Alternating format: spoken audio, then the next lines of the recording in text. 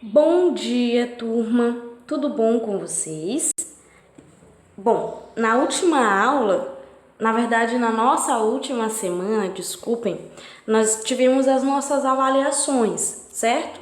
Esse nosso último capítulo, que a gente ainda não encerrou, falava especificamente sobre estatística e pesquisas estatísticas.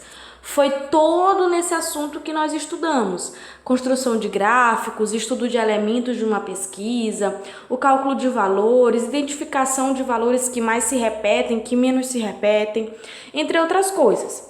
Nós aprendemos tudo relacionado a pesquisas estatísticas. Na aula de hoje, nós ainda vamos falar sobre essas pesquisas. O assunto que nós veremos é pesquisa amostral e pesquisa censitária.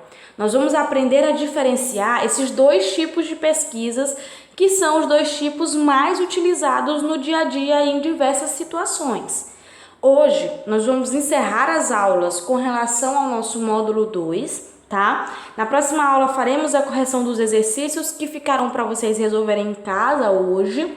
E aí a gente vai passar para o nosso módulo 3. Já estamos encerrando, ok? Então, vamos lá. A gente vai abrir o livro na página 189 para acompanhar essa nossa aula sobre pesquisas, certo?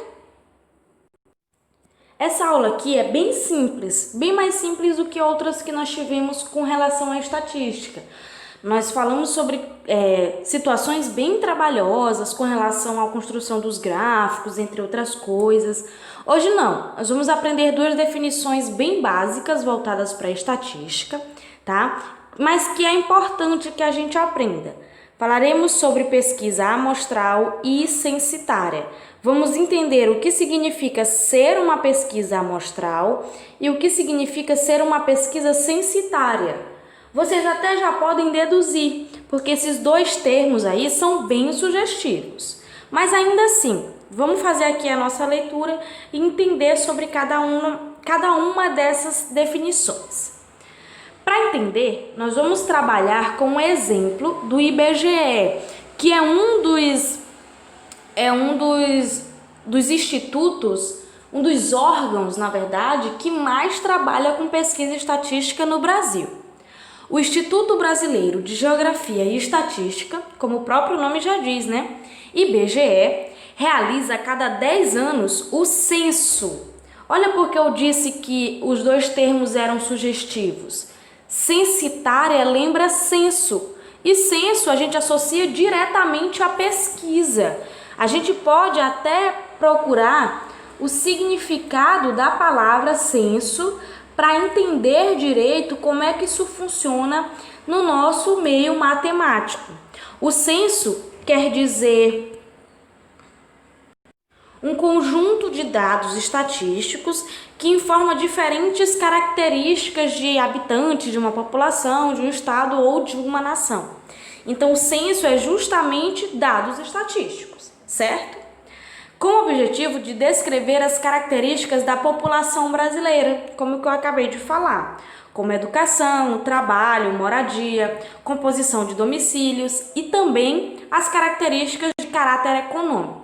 É com o censo que a gente consegue definir quantas pessoas estão desempregadas no Brasil, quantas pessoas têm acesso à educação de qualidade, quantas pessoas ainda são analfabetas, quantas pessoas têm um trabalho que recebem mais de salário mínimo ou têm um trabalho autônomo, quantas pessoas têm internet em casa, enfim, são esse tipo de pesquisas que o censo nos permite conhecer esse tipo de coisas sobre a população do lugar onde a gente vive.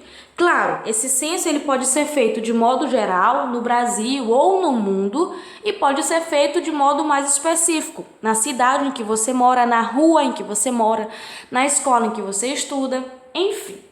Nesse caso, como a pesquisa envolve toda a população, ou seja, todo grupo de pessoas que está sendo estudada, que está sendo pesquisada, dizemos que se trata de uma pesquisa censitária. E aqui a gente consegue estabelecer a nossa primeira definição. Uma pesquisa censitária é aquela que utiliza toda a população. O que é a população? Não é diretamente pessoas, um povo, tá? A população é todo o grupo que está sendo pesquisado, certo? Então, quando uma pesquisa utiliza todo o grupo da pesquisa, todo o grupo que está sendo entrevistado ou investigado, a gente diz que ela é uma pesquisa censitária, que vai estabelecer um censo, definindo aí quantidades a depender do assunto que nós estamos pesquisando. No entanto, pode ser impossível ou inviável ter acesso a todos os dados da população em razão de limitações de tempo ou de custos. Como assim? Observem o seguinte exemplo. Eu vou utilizar o exemplo mais comum para pesquisas estatísticas: eleições. Para saber qual é o candidato que está mais apto ou que está mais perto da vitória, faz-se uma pesquisa estatística. Porém, é basicamente impossível a eleição da presidência da República perguntar a todo cidadão brasileiro que vota em que candidato ele vai votar. Porque são muitas pessoas num curto espaço de tempo. Portanto, é impossível, nesse caso, ou é inviável, fazer uma pesquisa utilizando toda a população, todo o grupo de pessoas. Então, essa pesquisa, nesse caso, muitas vezes é mais vantajoso escolher parte da população, que nós chamaremos de uma amostra, como se fosse um exemplo, é uma amostra do que o país quer, é uma amostra do que a população quer. Então, escolhe-se um grupo grande de pessoas, faz-se a pesquisa e o resultado nós chamaremos de pesquisa amostral, porque não utiliza toda a população. Exemplos de pesquisas que utilizam toda a população, por exemplo, se nós formos a uma escola e pesquisarmos a disciplina favorita de todos os alunos, é possível, basta que a gente vá de sala em sala e pergunte a eles qual é a disciplina favorita de cada um. Não é tão impossível, pode levar tempo, dependendo do tamanho da escola e tudo, mas não é impossível, é uma quantidade de pessoas que a gente tem acesso.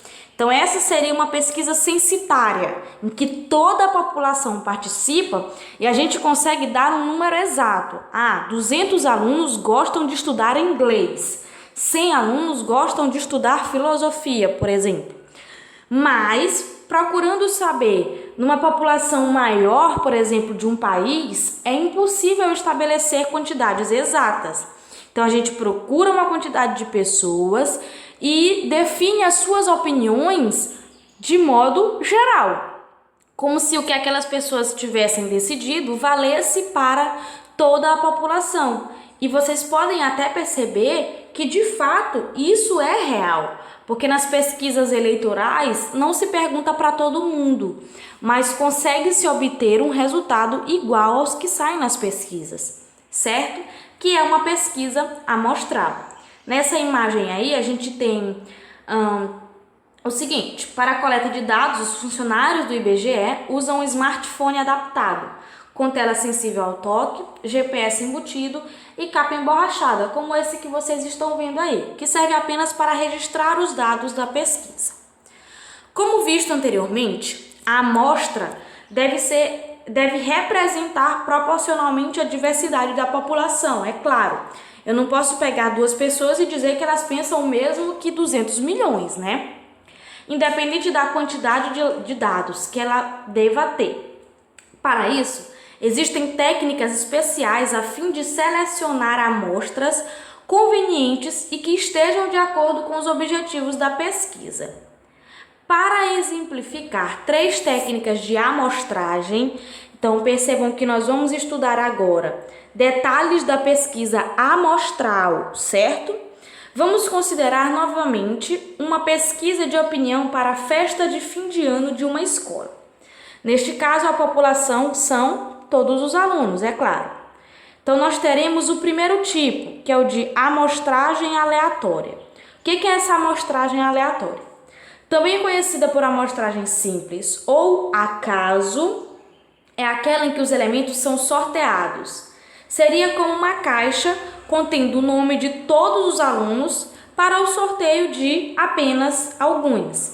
Então, a população aí que nós temos, ó, são 12 alunos, mas utilizando a amostragem aleatória, nós ficamos com apenas 4 desses alunos, o 2, o 5, o 8 e o 10, que foram, entre aspas, os escolhidos a partir de um sorteio, que pode ser considerado o acaso, para a participação da pesquisa e para representar a população, que é um total de 12 alunos. Então, esse aí é o primeiro tipo de pesquisa amostral, que a gente pega um grupo aleatório, ao acaso, que vai representar um grupo maior. O segundo é o tipo de amostragem sistemática. O que é essa amostragem sistemática? Como é que ela funciona? É quando a população ela está ordenada, seguindo uma posição, ou uma lista, e os elementos são escolhidos conforme um critério ou fator de repetição. Por exemplo, com base em uma lista alfabética de todos os alunos da escola, a escolha dos alunos segue o critério de uma certa ordem.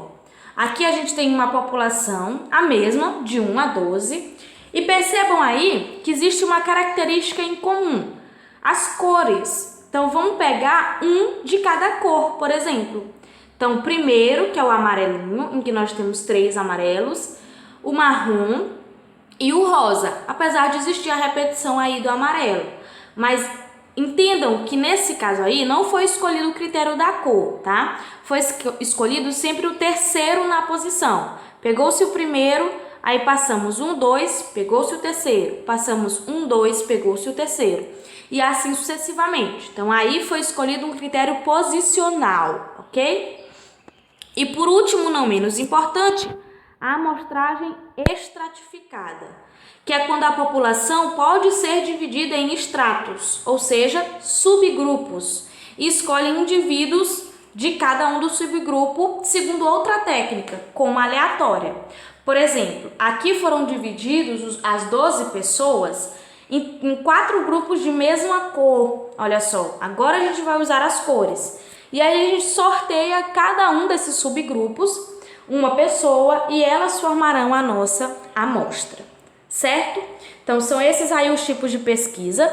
Censitária e amostral. Censitária é quando todo o grupo, toda a população participa da pesquisa. E amostral, quando a gente tem apenas parte das pessoas que estão sendo entrevistadas representando um total. Lembrando que na pesquisa amostral nós temos algumas técnicas. Para estabelecer o que a gente aprendeu, exercícios que começam na página 190, tá? E vocês vão resolver também a parte da revisão do nosso capítulo, até a página 193. Qualquer dúvida, mais uma vez, entre em contato e até a próxima aula.